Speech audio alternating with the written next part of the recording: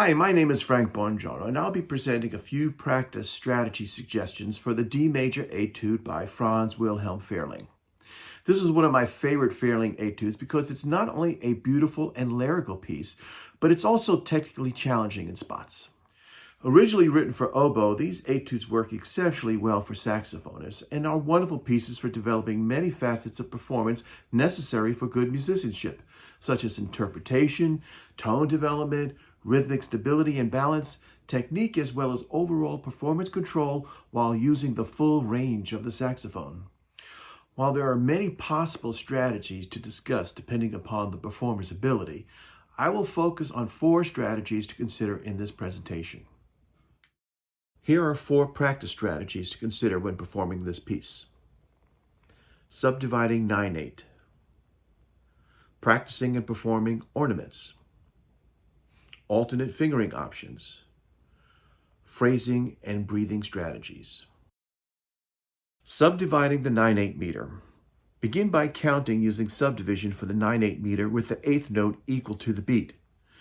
This will allow for steadiness and control, especially when negotiating the more involved rhythmic patterns found in this etude, as well as maintaining the ongoing pulse during the longer held notes, especially during the tied dotted quarter note and 8th notes.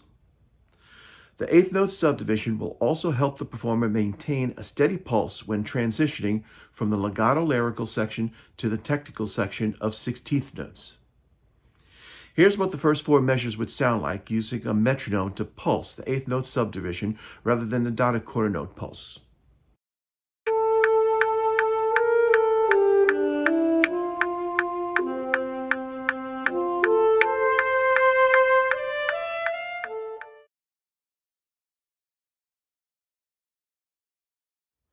Since this etude was written during the common practice period, ornaments were performed a bit differently than the Baroque period.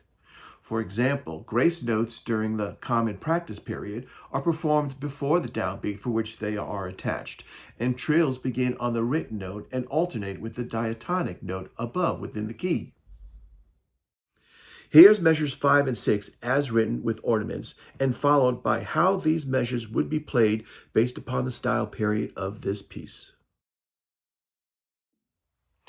Let's now work on a practice strategy to not only perform the ornaments in measure 5 as discussed, but also to work on maintaining a steady pulse with rhythmic accuracy while executing the passage. First play the passage without ornaments, then add 1 ornament at a time before putting it all together as a complete entity. As always, practice the passage under tempo and gradually increase tempo until it's mastered.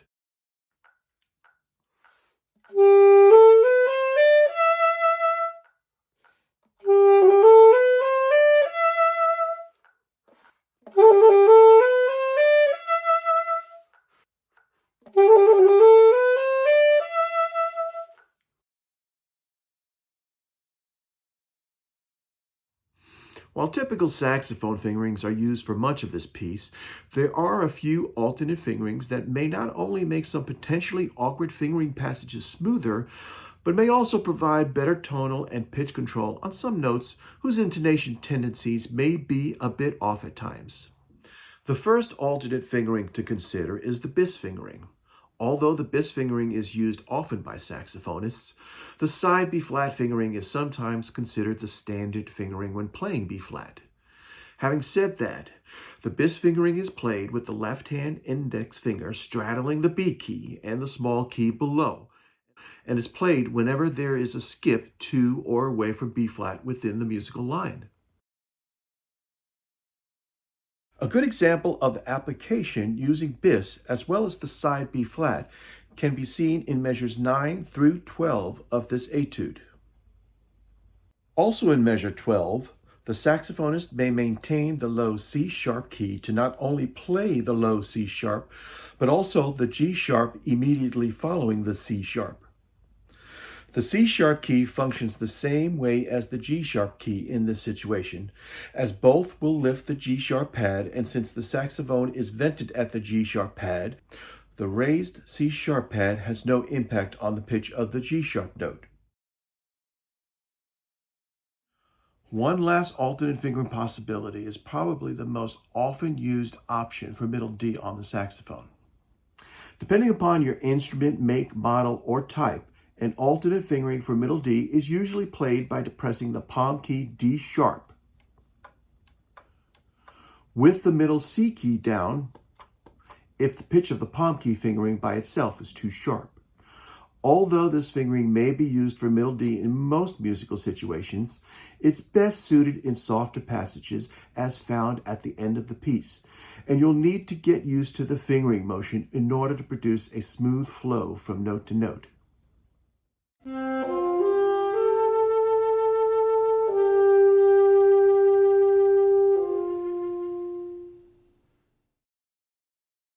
Phrasing and breathing strategies. Most editions of this etude include breath marks in the music, but if not, here are a few things to consider when adding breaths and determining phrase structure.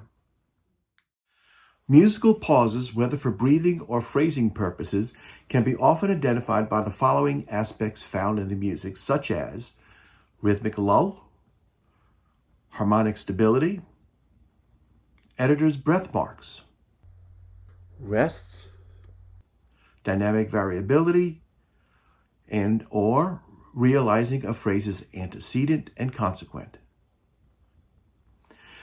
In the end, you as the performer will need to choose where a breath or phrase mark is necessary, but in general, pauses imposed in the music are usually considered when all or most of the criteria regarding phrase structure identification above applies.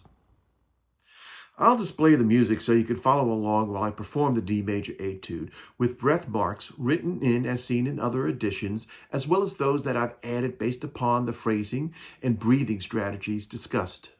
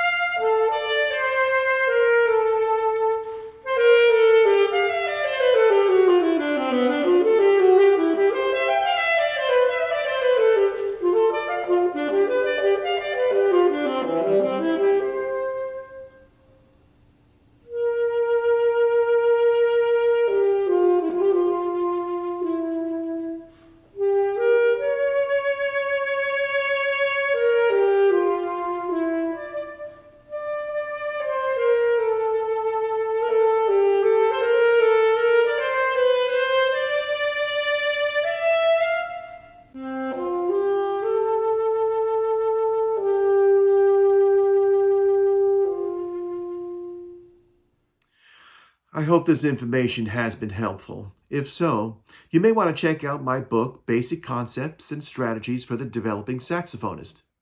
The book covers 22 fundamental topics, including more details on some of the concepts discussed in this masterclass, as well as a final chapter of technical exercises with suggested approaches to help the saxophonist better understand the workings of the saxophone.